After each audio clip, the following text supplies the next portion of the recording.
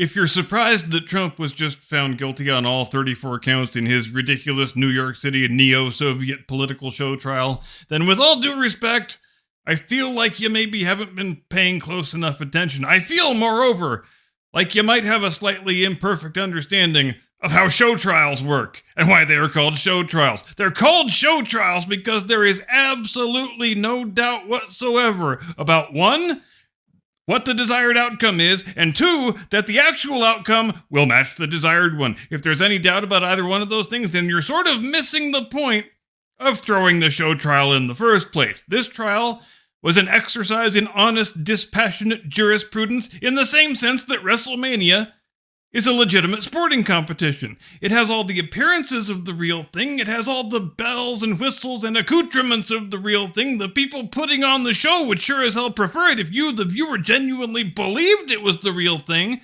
But if you don't, that's fine too. We don't need your suspension of disbelief. We just need you watching the damn show.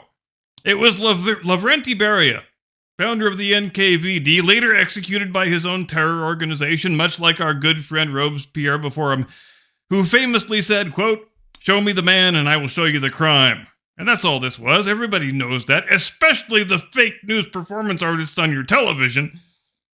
And nobody ever managed to come up with any crime that anyone could clearly elucidate, which is probably the most hilarious part of the whole thing. What will the sentence be? It doesn't matter what the sentence will be because Trump will never serve it. This thing will get laughed out of the first appeals court it lands in. The judge, the prosecutor, and the DA will all most likely ultimately be disbarred over it. But you know how the golden parachute retirement plan works. If you're a faithful team player for Team Get Trump, so they will each get the CNN contributor gig and the book deal and the Netflix documentary. It's like a paint by numbers at this point, really. But they all knew that going in. There were two objectives in this trial, in addition to the all counts guilty verdict that was guaranteed beforehand. The first one is get Trump off the campaign trail and out of the swing states for as long as possible. And the second one is enable the Biden campaign to make a bunch of lame commercials where they say their opponent is a convicted felon. Both of those objectives are accomplished.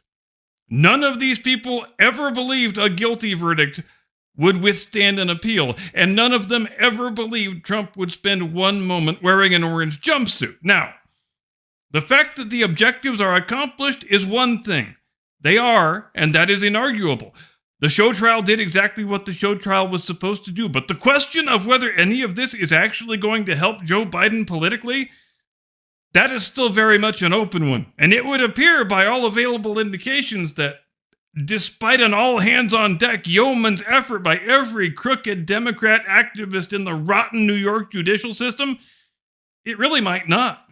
There hasn't been any poll, and believe me, the Dems have been trying really, really hard to cook one up, indicating that Trump's support is going to soften in any meaningful way due to a conviction in any one of these fake trials. If anything, it might wind up having the opposite of the desired effect, as we already saw with the Trump mugshot fiasco down in Fulton County, where Fani Willis thought that getting that mugshot was going to be the crowning glory of her career. She wanted that mugshot more than a person has ever wanted a thing.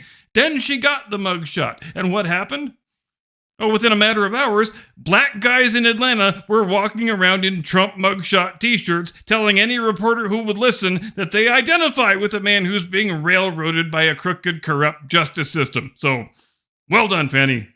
Well done indeed. But you know where my thoughts always seem to turn when I think about this New York show trial? Tammany Hall. You remember Tammany Hall? Well, actually, you probably don't, unless you're 160 years old, like the average Joe Biden voter. It was the New York City Democrat political machine that existed during the post-Civil War era, or the Gilded Age, or choose whichever term you prefer. It was famously run by Boss Tweed and Senator Roscoe Conkling, and for us today, it's mainly used as a shorthand for the extreme worst-case scenario of corrupt big city local machine politics, where all of the civic institutions have been repurposed to either enrich the crooks who are running the machine or to punish the political enemies of the crooks who are running the machine. And we like to flatter ourselves into thinking that that degree of endemic corruption is a thing that's a vestige of our distant past.